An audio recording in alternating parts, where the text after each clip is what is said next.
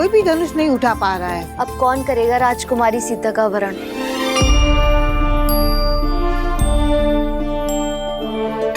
मैंने तो कहा ही था, जब रावण हार गया तो ये स्वयंवर असफल ही रहेगा।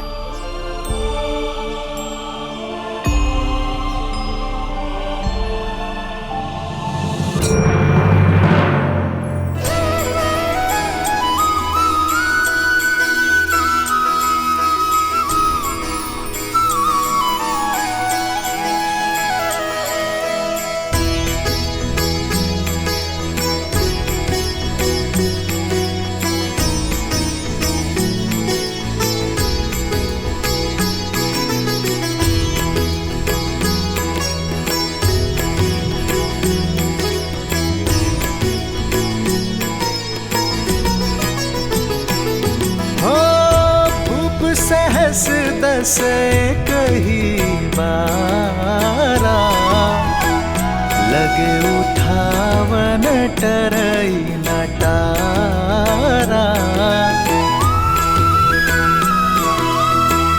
डगई न शंभु सरसनु कैसे, कामी बचन सती मनु जैसे। सब नृप भय जो कूप हासी, जैसे बिनु विराग सन्यासी। कीर्ति विजय वीरता भारी, चल चाप कर बर बस हारी।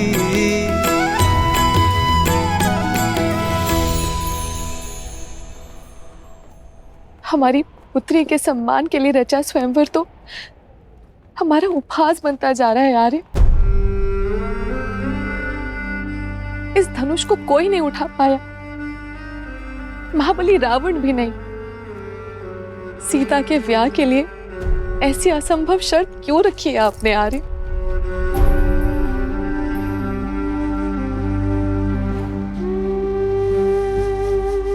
बस करो।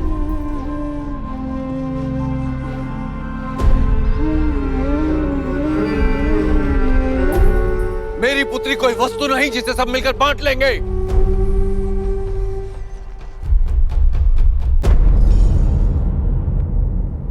स्वयंवर के लिए आए या किसी आखेट के लिए? लज्जा नहीं आई आपको इस प्रकार एक साथ आते हुए? लज्जा तो आपको आनी चाहिए मिथिलापति जनक।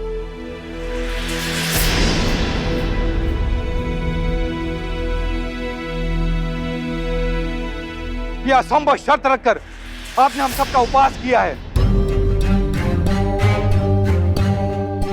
यह स्वयंवर नहीं, षड्यंत्र है हम सब कुलीनों के अपमान का।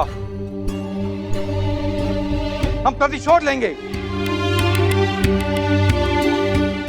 तुम्हें भ्रम है कि यह शिव धनुष तुम्हारी रक्षा करेगा। अब हमसे तुम्हें और तुम्हारे राज्य को कोई नहीं बचा पाएगा।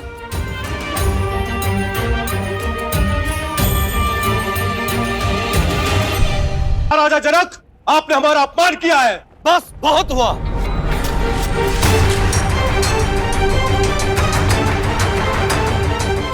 मैंने सोचा था कि अपनी पुत्री का विवाह एक सिंह से करूंगा। नहीं जानता था कि इस सभा में सियार आएंगे जो स्वयंवर का अपहरण कर उसे बांटने की बात करेंगे। क्या भारतवर्ष में वीरों का अकाल पड़ गया है? क्या धर्म और कर्म के पथ पर चलने वाले युवक लुप्त हो गए हैं?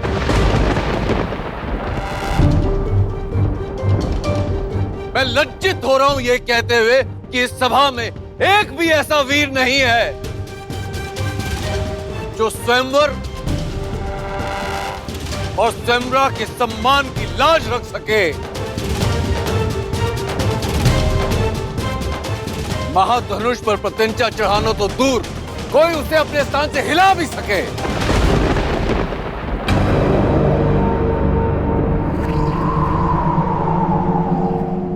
क्या है कोई ऐसा महावीर इस सभा में?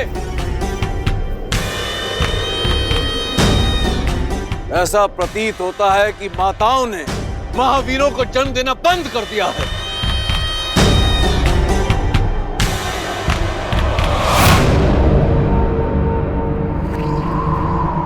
सावधान महाराज जनक,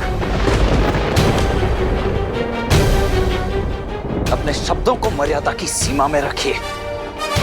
अब तक मैं अपने गुरुदेव और ज्येष्ठ भ्राता की गरिमा के कारण चुप रहा, किंतु अब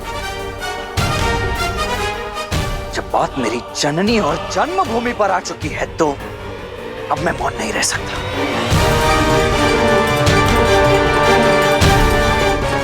क्या कहा आपने? ये धरा वीरों से रिक्त हो गई है? माताओं ने वीरों को जन्म देना बंद कर दिया है? मैं आपको सचेत कर दूं महाराज, अयोध्या में आज भी माताएं न केवल सिंहों को अपितु नरसिंहों को जन्म देती है।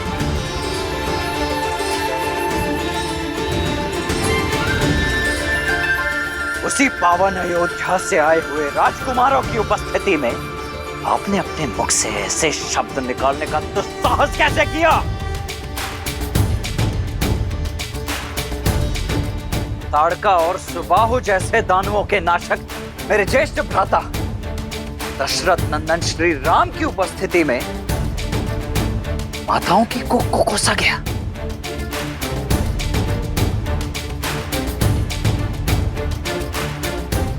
बस मात्र एक संकेत मिलने की देरी है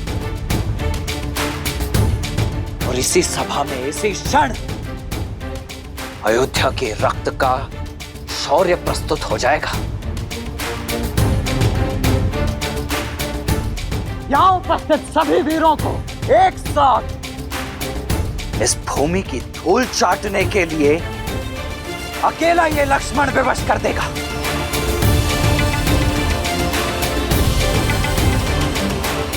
आज्ञा दीजिए भैया कि अयोध्या के अपमान का इसी क्षण प्रतिकार ले सकूं।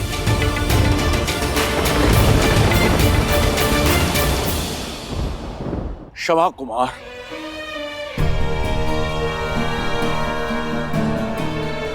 मेरी मंशा किसी को आहत करने की नहीं थी। यह आपका अपमान नहीं था, अपितु एक विवश, एक लज्जित पिता का विलाप था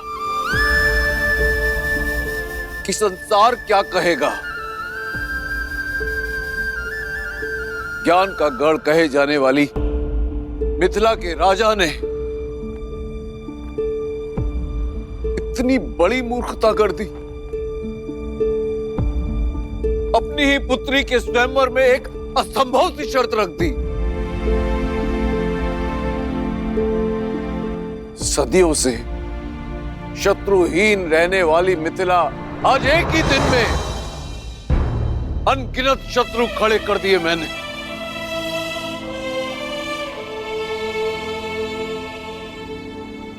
क्या महादेव पर विश्वास रखना मेरी भूल थी, या वो अपने भक्त की पीड़ा समझ ही नहीं पाया?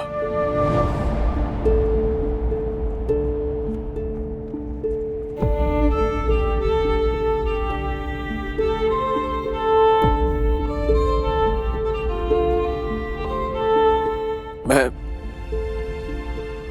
आप सबसे क्षमा मांगता हूं।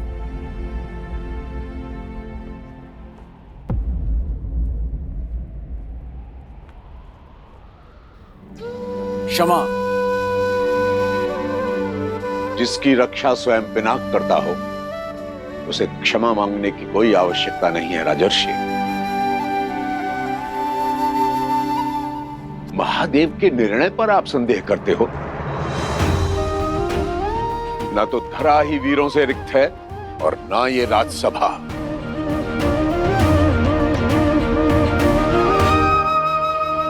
राम,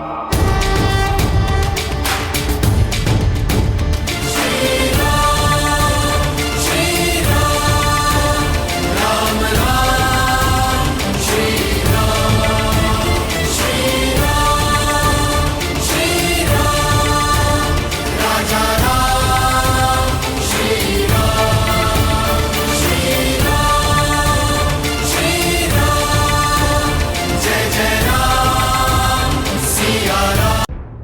महादेव के निर्णय पर शंका, संदेह राजन? ना तो धरा ही वीरों से रिक्त है और ना ये राजसभा।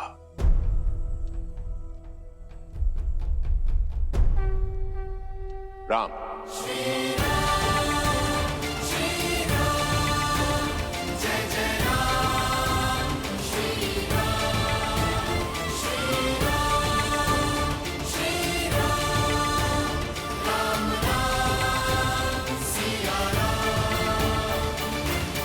गुरुवर, पिताश्री ने ना ही मुझे स्वयंवर की आज्ञा दी है और ना ही कोई निर्देश दिया है।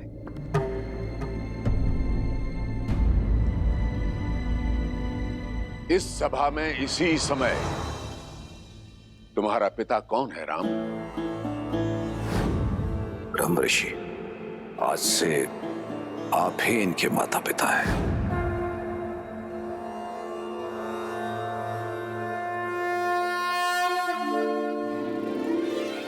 मुझे स्मरण है गुरुवर कि पिताश्री ने मेरा उत्तरदायित्व आपको सौंपा है। आप ही हमारे माता हैं, पिता है, मेरे प्रभु।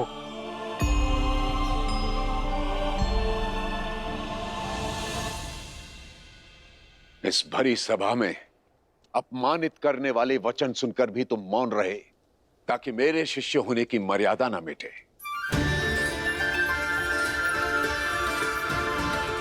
स्वयं मुझसे भी अनुमति नहीं मांगी ताकि अयोध्या की मर्यादा धूमिल ना हो।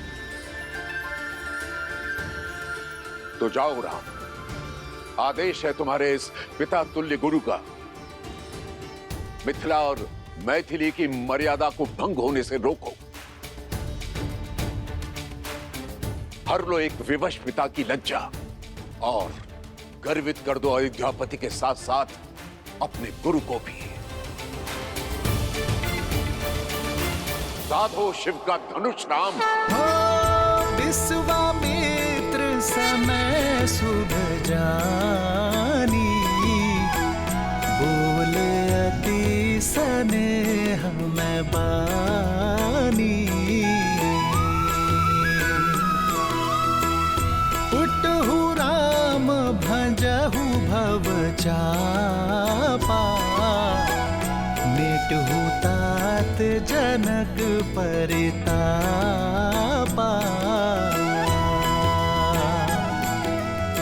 सुने गुरु बचन चरण सिरुनावा, विजयी भव। हर्षु विषादु न कछुर आवा। ठाड़े भय उठी सहज सुभाए, धवनी जुबा मृग राजु लजाए।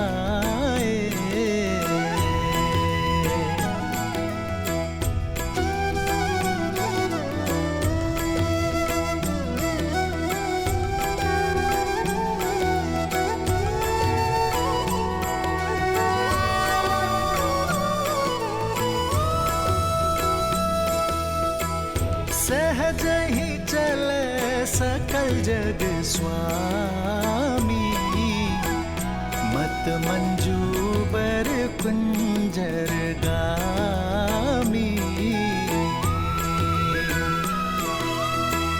चलत राम सब पुर नर नारी, पुलक पूरी तन भय सुखारी।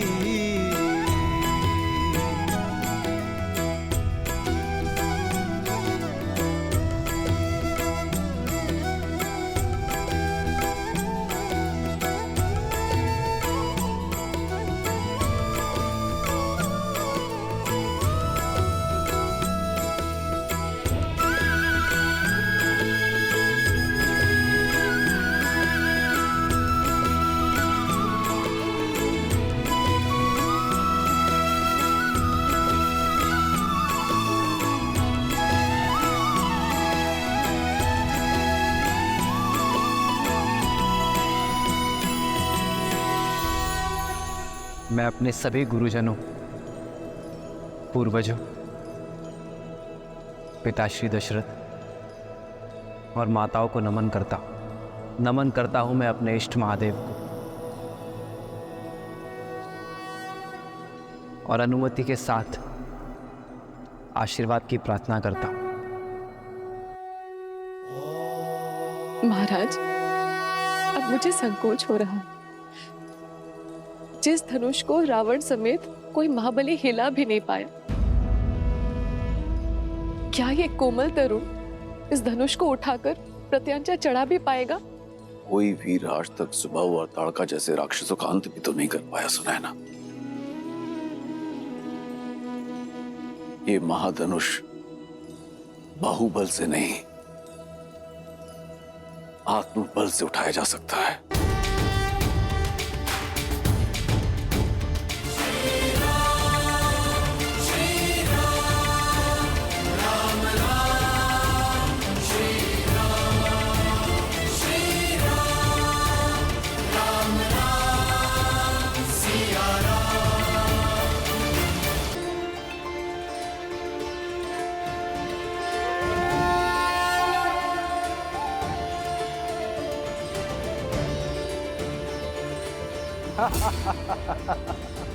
अब महाबलियों के बीच बालक भी प्रतियोगिता में भाग लेने लग गए। अरे हो गई अयोध्या का राजकुमार, दशरथ का पुत्र, पर परिवार से परिचय सिद्ध होता है, पराक्रम नहीं। अरे इसकी कलाइयां तो देखो कितनी कोमल है, कहीं मुड़ ना जाए। और कैसे मान ली इसने ताड़का का वध किया होगा? अरे ये सब भ्रम है। ऋषियों के अतिरिक्त किसने देखा इसे ताड़का का वध करते हुए? समय रहते लौट जाओ बालक, व्यायाम करो, दूध पियो। ये शिव धनुष है, बालक के खेलने का खिलौना नहीं है।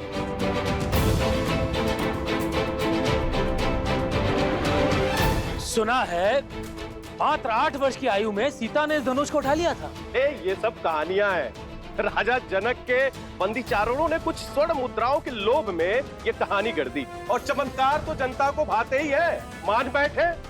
और उसी बहकावे में हम भी यहाँ आ गए। राजा जनक केवल हमें अपमानित करने के लिए यहाँ बुलाए थे, लेकिन देखो स्वयं अपमानित हो रहे हैं।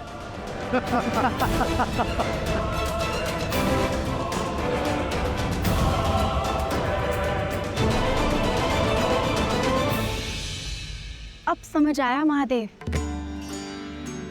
कि श्री राम को मिथिला ले जाने के लिए विश्वामित्र ने क्यों विलंब किया। वह पूरे संसार को बताना चाहते थे कि इस समय संसार में श्री राम से श्रेष्ठ और कोई नहीं, केवल वही है जो इस असंभव को संभव कर सकते हैं।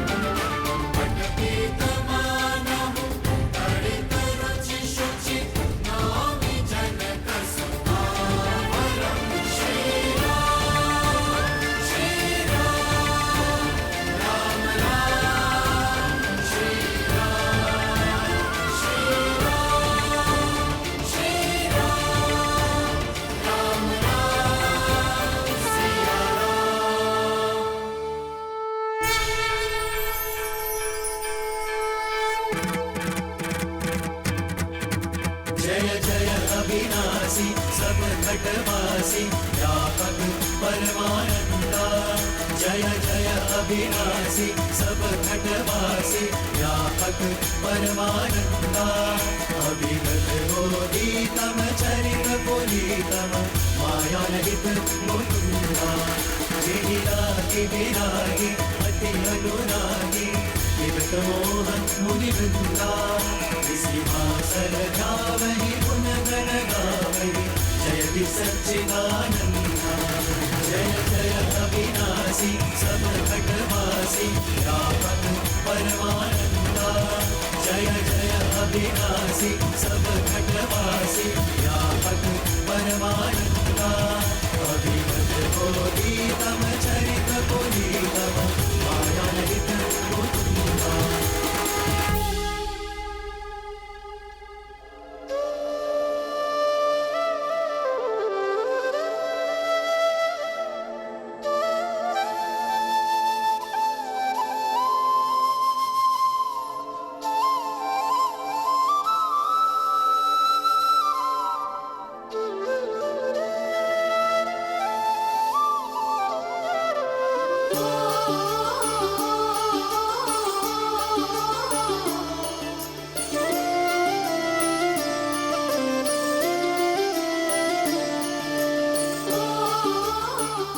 किसने सोचा था कि महाविनाश करने वाला महाधनुष पिना प्रेम का संयोजक बनेगा, भगवान विष्णु और देवी लक्ष्मी के मिलन का मार्ग प्रशस्त करेगा। पिनाक का मिथिला में यही उद्देश्य था देवी, जो अब पूर्ण हुआ। अब इसका वहां कोई कार्य शेष नहीं। हे श्री राम, मुक्त कर दीजिए इसे, भंग कर दीजिए इसे।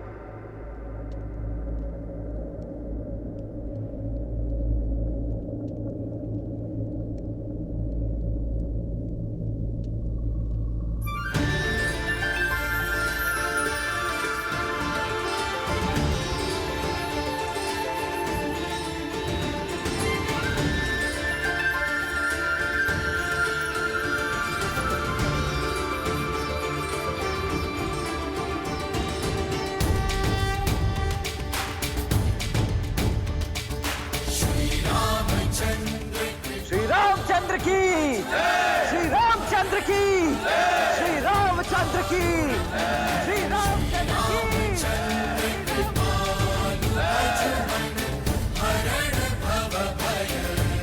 श्री रामचंद्र की, श्री रामचंद्र की, श्री रामचंद्र की, श्री रामचंद्र की।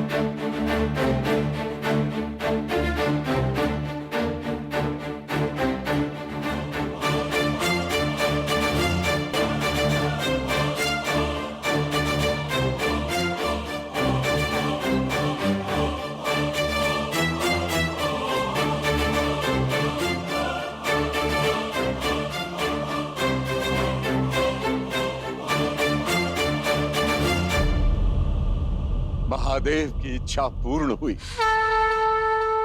प्रभु तो ऊंचा खंड मही तारे।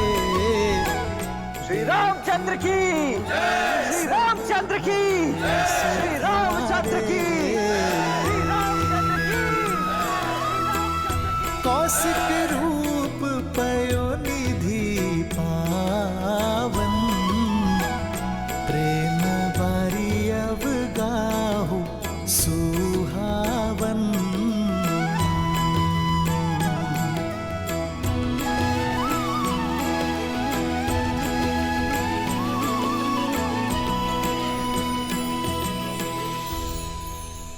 आपने अपने और देवी लक्ष्मी के मंगल मिलन का सूत्रधार मुझे बनाया। ब्रह्मर्षि की पदवी से भी बड़ा है ये मेरे लिए। मैं धन्य हुआ प्रभु।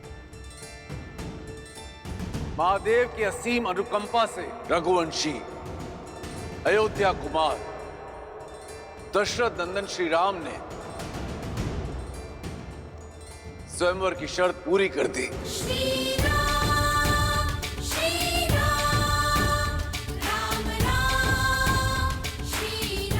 मेरी पुत्री से विवाह के लिए अपनी पात्रता सिद्ध कर दी।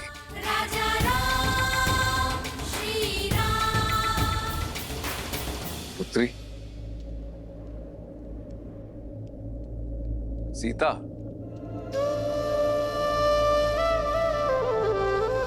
जी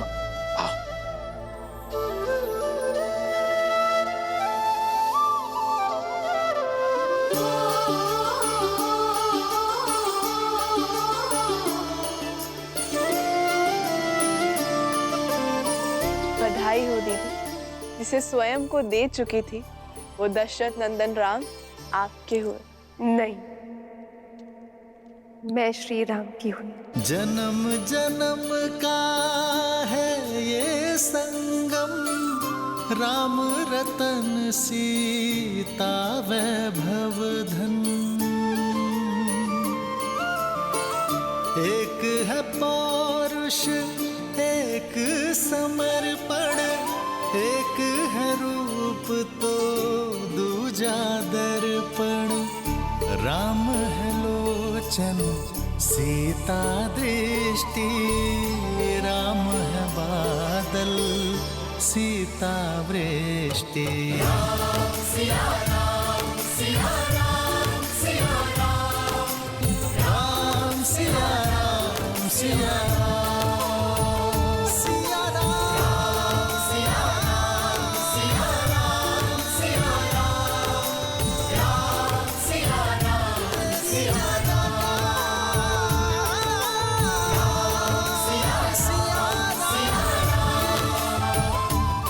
रुक जाइए,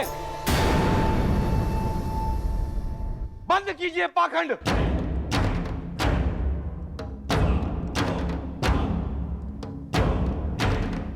यह चुनाव अनैतिक है। शर्त धनुष पर प्रत्यंचा चढ़ाने की थी, उसे तोड़ने की नहीं।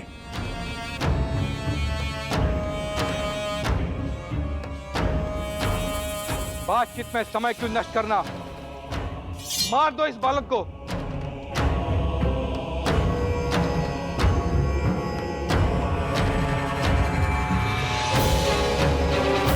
और कर लो सीता का हरण। यदि जनक की सेना बीच में आई तो कर दो वध, क्योंकि कोई भी शिव धनुष अब मिथिला की रक्षा के लिए नहीं है। सावधान!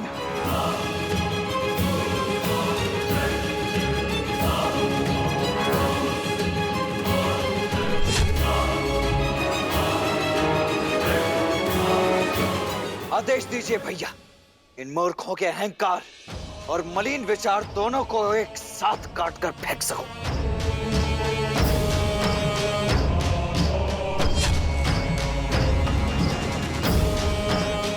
मेरे बाण तो कब से इन्हें चीरने के लिए आतुर हो रहे हैं।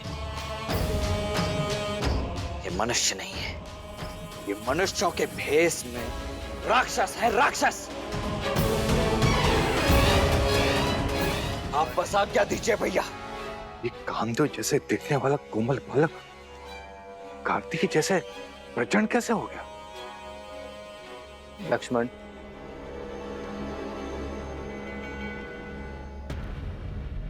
ये समय प्रहार का नहीं, सत्कार का है।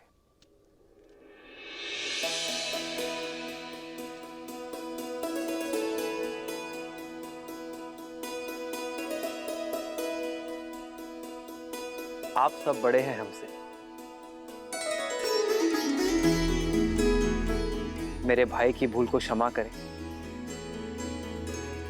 और विवाह के लिए शुभ आशीष दें।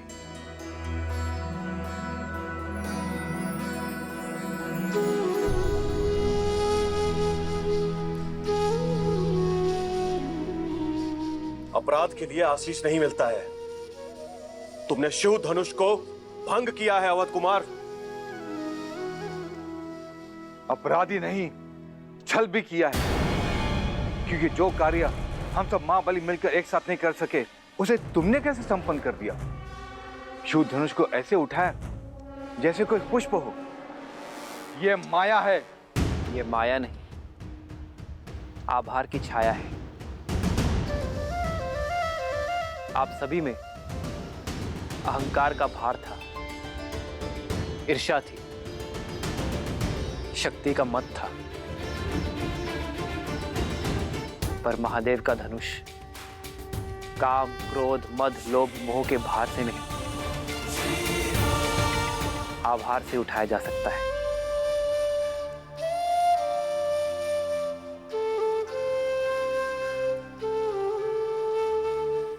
इसे आवेश से नहीं, आग्रह से उठाना था। महादेव के धनुष को उठाने का इससे अच्छा मार्ग कोई हो ही नहीं सकता।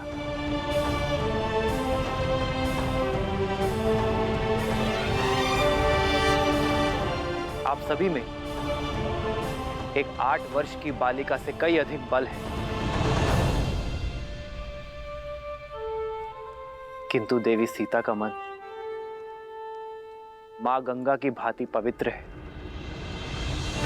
उन्होंने धनुष उठाने की अनुमति मांगी तो महादेव ने उन्हें अनुमति दे दी, और आज महादेव ने मुझे भी निराश नहीं किया।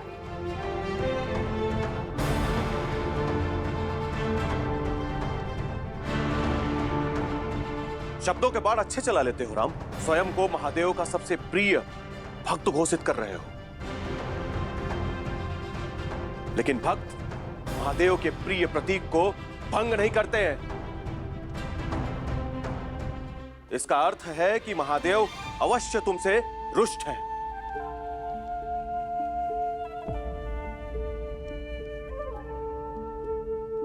और हम उनका सम्मान उन्हें पुनः लौटाएंगे, तुम्हें मार के। फिर से कहना, फिर से कहना। शांत हो जाओ लक्ष्मण, शांत हो जाओ।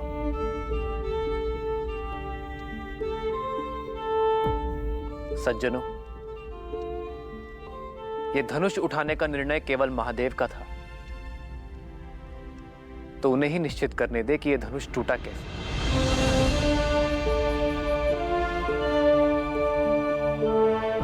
महादेव का दूसरा नाम उद्देश्य है। मैं तो केवल एक निमित्त हूं। यह धनुष स्वयं इसलिए भंग हुआ क्योंकि कदाचित इसके होने का उद्देश्य पूर्ण हो चुका था।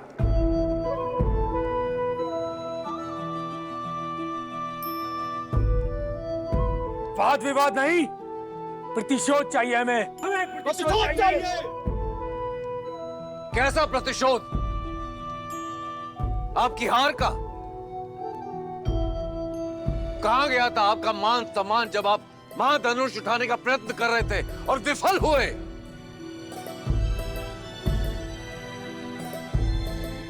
ये स्वयंवर है और इस स्वयंवर का निर्णय हो चुका है।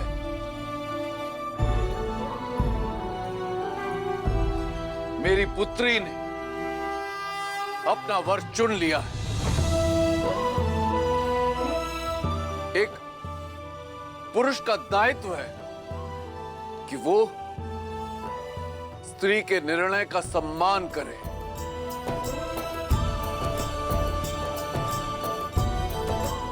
ना कि अपने अभिमान की अग्नि में उसके चैन की आहुति दे दे। ललकारो मत हमें जनक, हम मौन थे, क्योंकि अब तुम्हारी रक्षा करने वाला शिव धनुष की ढाल भी अब भंग हो चुकी है। अब युद्ध की अग्नि में तुम्हें और तुम्हारी मिथिला को चलना होगा। और रही तुम्हारी ये सुंदर पुत्री, तो उसके भाग्य का निर्णय हम पर छोड़ दो।